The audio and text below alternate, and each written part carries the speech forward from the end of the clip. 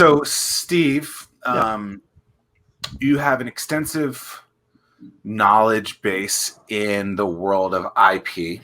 How do you define IP? Because I think what's interesting about it is it's a word that maybe has even been glorified by Hollywood in the last 20 years or so, specifically probably with Facebook, and stealing ideas and things like that. Like, what does IP mean to you, and like, what's the easiest way for someone to kind of comprehend what it is? Right. Good question. So to me, IP means it's really a generic term for a number of different techniques that individuals and businesses can use to capture some of the value of their innovations. We use the word protect a lot when we talk about IP, to protect your innovations, and it does have that capacity. But really, in a broader sense, it's about capturing value. And sharing that value within your organization, with your investors, to help leverage the business that you're trying to grow. So when I talk about intellectual property, I talk about how are you going to run your business, and how can intellectual property fit into your business plan to accomplish your goals. Now, do you think IP is something that a very specific type of business needs? Is it like a high growth type of business? Is it a tech business? Does the local barbershop need something? Does the grocery shop need something? I mean, who should be listening? Who should be really looking at IP and thinking about it? Right. Good question too. I think it's folks that are in businesses where innovation is occurring, or other businesses where you're investing in a brand.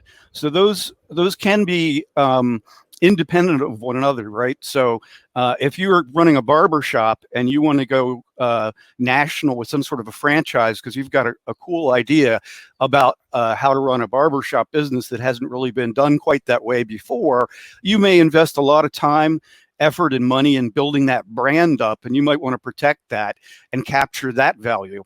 But you might not be really innovating in the sense of a tech innovation or something like that.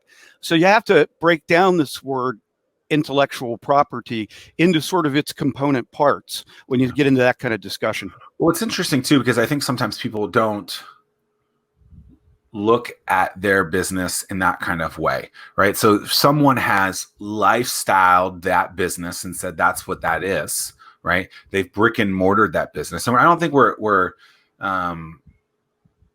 devaluing that business in any kind of way, but they're definitely different, right? And so if someone is just, I don't mean to pick on the barbershop of the world, I just got a haircut myself, right? You can't really tell, but I did, right? But there's nothing innovative in that necessarily. So then you're saying, if in that case that person doesn't need to get anything from an actual IP perspective? Well, I think what I would say is that again, when we talk about intellectual property, you got to be careful not to just hold onto that word and think that it means one thing, really, right? So intellectual property protects ideas. So people that are innovating and coming up with new ideas might be interested in one form of intellectual property. It protects and captures value in branding, which may or may not be terribly innovative in and of itself, but when you're tying the success of a good or a service to a symbol or an icon or a catchphrase, you may want to protect some of that value that you're capturing. And then thirdly, the third category we got to think about too is creative expression. Works of art, novels, movies, things like that. Those can also be protected via another form of IP.